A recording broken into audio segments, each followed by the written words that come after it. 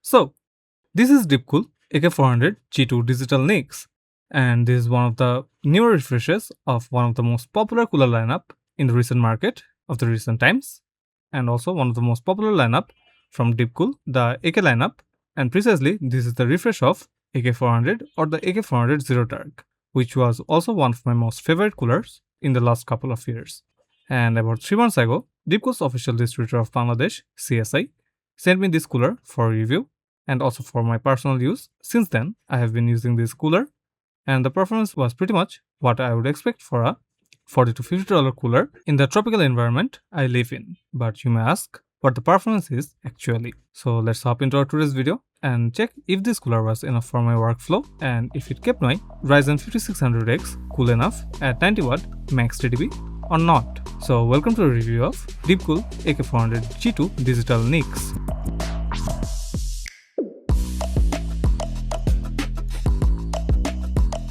Today's review unit was sent to me by Computer Solutions Inc., Bangladesh, and they're the official distributor of PC Power, Deepcool, Apacer, Dahua, Cisco, and so on.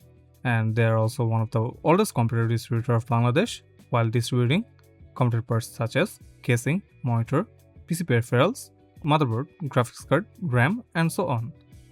And you can find today's Deepcool AK400 G2 Digital NYX from them for only 4900 BDT, and it's available in both black and white versions. So grab it while you can, and now onto the video. So to start with the unboxing, this cooler from Deepcool comes in a pretty common packaging as you would expect for a budget cooler to come in. And the box has the cooler image on the top and some simple write-ups on the side, and on the back there's a few details about the cooler, its total wattage and everything, and the packaging was overall pretty minimal.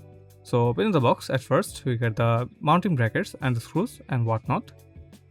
Here the first bracket we get is for the Intel coolers or the Intel sockets, and the screws on the side of these brackets can be adjusted for Intel coolers, and since I don't have an Intel CPU, I won't be able to demonstrate that, unfortunately. After that, there's the AMD bracket in square format, and mounting it was fairly easy, as you will see in the later part of the video. And then there are two sets of standoffs and screws on the two different packages. The black ones are for the Intel, I guess, but I need to look into the user manual for that. Or the orange standoffs are for the AMD bracket, and this obviously comes with the screws also, which I'll be using for the cooler installation in the later part of the video. Then we get some paperwork with the quick customer support guide, and then the installation guide for placing the cooler properly. So that's about it for the box contents, and now to the cooler. And here it seems that the cooler comes in a pretty tight and firm foam packaging, so the cooler doesn't wiggle or get damaged in the box. And so finally we have our cooler after getting out of the foams in a complete matte black color theme. And that's about it for the unboxing part.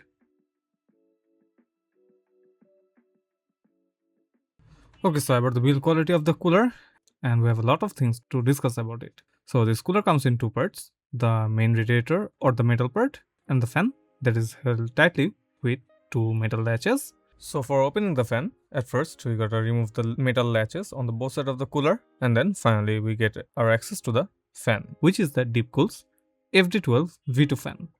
And this is also an upgrade from the previous iteration of the included fan that came with the AK400. So this fan is pretty thin, it's about 40mm thick, and the fan blades are pretty wide with a lesser gap, which as you can see here, it has 7 fan blades, and this is a static pressure fan, which is normal since it sits on the cooler. And this cooler comes with hydraulic bearing with 6 motor slots, which you can see in the official specs, and the RPM of this fan is 500 to 2500 plus minus 10%, and the airflow is right around 79.8 CFM or roughly 80 CFM, and the noise level is right around 36 decibels. And this PBT plastic based fan also has rubber dampening on the 4 corners, as you can see here, which ensures reducing the vibration while it sits on the cooler. And the power consumption of this fan is 4.8 watts, which is fairly low for a static pressure fan of 2500 RPM. Overall, this fan feels pretty good and premium, and I was really happy with the fan, and the performance was also great of this fan, which we'll see in the performance part. And the fan is connected with a 4-pin CPU fan extension, which routes to the CPU fan header of the motherboard. Then we finally get to our radiator or the main cooler. And this completely matte black cooler looks pretty good and the fins are kind of sharp, so be careful while holding it. And before further discussing anything, let's measure the cooler first. And the thickness of this cooler is 45mm, and for the width it's 130mm, and for the height it's around 130mm also, so it's pretty much a square block. Also, as you can see, while we are on the top, we cannot necessarily remove the display panel from this cooler, or I couldn't remove the display panel specifically. There might be a trick, but I didn't dare to open it since I thought it might break the display. So more about the display in the later part of the software. Then going to the bottom side of the cooler, we find the CPU contact base, which is covered with a plastic tray. And removing it, we can see it comes with pre-applied, pretty dense thermal paste, which is Deepcool's own thermal paste solution. And with that, we can also see the cooler has copper contact plates rather than aluminum contact plates, which is specifically an upgrade considering the previous version had aluminum base and copper contact points. And the copper contact plate should have better thermal or heat dissipation. And after checking the base, we can see there are 4 heat pipes on the both sides of the cooler, and they are pretty thick. So the heat transfer should be good across the metal fins. And also right beside the base, there are the 2 mounting points to firmly attach the cooler with the mount provided in the box. And for the cable, we can see there are 2 included cables, which is for connecting the display correctly, and the other one is for the 4-pin CPU power pin. So that's about it for the build quality, and I'm really happy with the build quality of this cooler. Not to mention, the cooler has near about 70 fins for heat distribution, which should be good. And overall, this cooler seems to be really well made. And the copper contact point to its base is specifically a positive addition with the newer version of this cooler. And now to the next part. So the assembly process was kind of a tedious process for this cooler. So to start, we first place 4 mounting standoffs on the respective screw holes of the motherboard. Then we place the square bracket that is compatible with the AMD socket, which we will screw in places on the 4 points, and thus the bracket is firmly placed there. And then comes the hard part. The installation of this massive cooler needs a lot of pressure, and while mounting the cooler, it was pretty much sliding off with the thermal paste, and after pressing it quite heavily and getting the screws aligned properly, and with a lot of effort, I could finally set the cooler properly. Then finally, we mount the fan and the cables, and for the cables, the 4-pin CPU power goes to the motherboard pin, and for the included USB cable, it needs to be connected with the USB header in the motherboard, and it requires 7-pin header, and with that, the assembly process is done properly.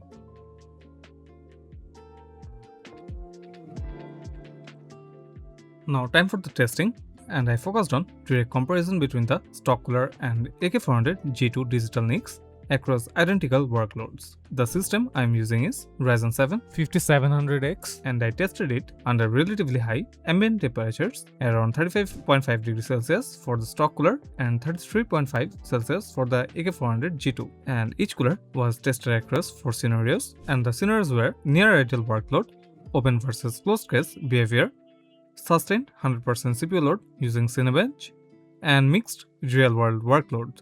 So let's start with the first scenario, which is the near ideal conditions, and the difference between 2 coolers is immediately apparent. With the stock cooler, after using about an hour, the CPU temperature sits in the range of 90 to 95 degrees Celsius, even with relatively light workloads under 10% CPU loads. And opening the side panel helps slightly, but the temperature remains well above 90 degrees. In contrast, the AK400 G2 keeps the CPU in the high 60s with the side panel closed and drops further in the lower 60s when opened, and sometimes below 60, and the result is roughly 25 to 30 degree reduction under 10% CPU load, which is a massive gap for what is essentially a near ideal behavior. Then for the full load, which is 100% CPU load in Cinebench 2026 and under sustained full CPU load, the gap remains also significant. With the stock cooler, the CPU quickly reaches around 97 degrees Celsius and it stays pinned there with the duration of the test. This indicates the processor is operating at its thermal limit almost immediately. With the AK400 G2, the temperatures peak around 79 to 80 degrees under the same workload, that is approximately 15 to 20 degrees improvement under full workload. And more importantly, this keeps the CPU well below its thermal ceiling and the CPU doesn't thermal throttle at all. Then judging the open versus closed case scenario, another important observation is seen where each cooler responds to the airflow pretty significantly. With the stock cooler, opening the side panel results in a small drop in temperature, indicating that the airflow has a noticeable impact but not enough to solve the core issue. With the AK400 G2,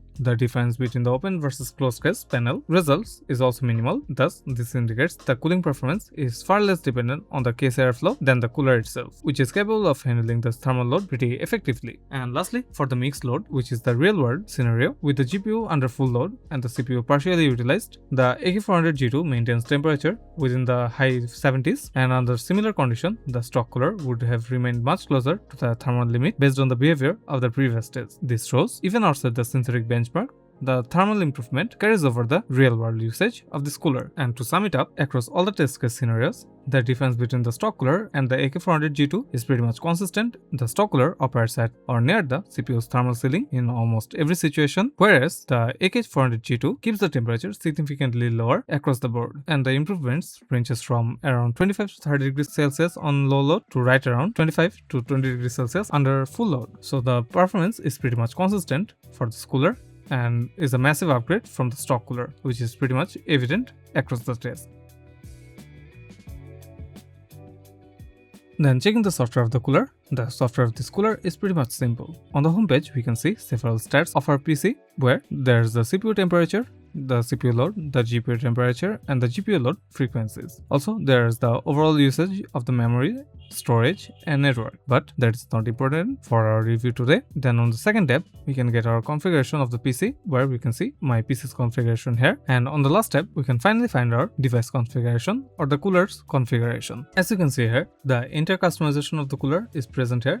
And on the right side, you can see the display feedback of the cooler, and the things that are seen here are the things that will be shown on the display. So the display shows the CPU temperature, the CPU usage, CPU power, and the CPU frequency. And lastly, the RPM isn't necessarily shown in the display, but it is shown in the software. And on the top right button, we can also switch off the display or switch on with this button. And lastly, on the additional options, we can find the temperature alert toggle. Then there's the motherboard sync toggle. So if you want to customize the fan curve, you can do it by enabling the sync. Then there's the fan mode, and they're claiming it has AI, but it's just a simple algorithm, and it does the analysis of the total CPU load and everything. Then it just prioritizes how it can go for a silent fan curve or a high-speed fan curve. And as you can see, my CPU is already running over the rated TDP, which is the 65 watt for 5700X, and it's constantly around 70 to 80 watts, and in cases it jumps to 90 watts. And depending on the cases of the frequency jump, the power usage also jumps. So I've kept the overclocking mode on for this cooler, and in case if you want to go for the manual mode, there's also option to set the manual fan curve, and except that there's the smoothness adjustment, like when the fan RPM changes and how fast it can change, which can be adjusted here. And overall the software experience is pretty good, and I'm pretty much happy with the software as it's lightweight and does the job perfectly. So time for the verdict, and let's see if the cooler was worth it or not. Given the price to performance ratio, I think the cooler is more than enough to retain the performance of a Ryzen 7 or an Intel's i7 processors. Since in my personal testing, up to 90 watts, the temperature remained right around 80 degrees Celsius or even lower with the high ambient temperature of the environment I live in. I think the cooler is capable of cooling this class of CPUs. Then again, for some people, the 70 to 80 degrees Celsius temperature is not that comfortable, and for them, there's the AK500 series and the AK600 series, which will obviously have more robust cooling given the price to performance ratio. And as we are discussing the AK400 G2 Digital NYX in my about 2 months of using it, and also in the real world scenarios, since I live in also a dusty environment and the dust seems to be pretty much gotten into the fins, the performance seems to be pretty much respectable for the price. And if you're switching from a stock cooler with a heavy CPU like 5600 or a 5700X or similar tier and similar TDP processors, you are most likely to see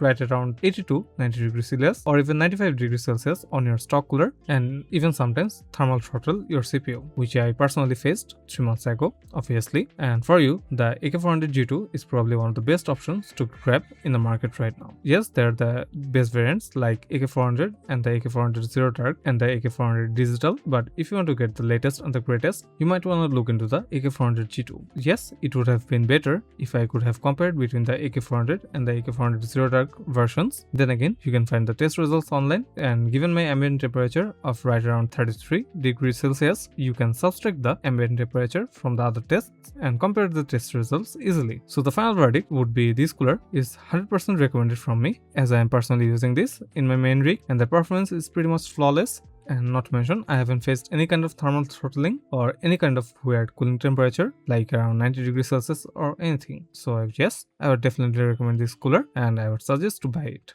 So that's about it for the review today, and I have a good news for you guys. I am launching my website, and if you are seeing this video today, and the website will go live in a week or two, and that will be my benchmark website with all kind of hardware details and the testing results that will be present there. There will also be quick links to the products, and you can also request products if you want them to get reviewed, and you can also join my socials, and all the social links will be given in the description box. So that's about it, and see you guys next time. So stay safe and thank you for watching.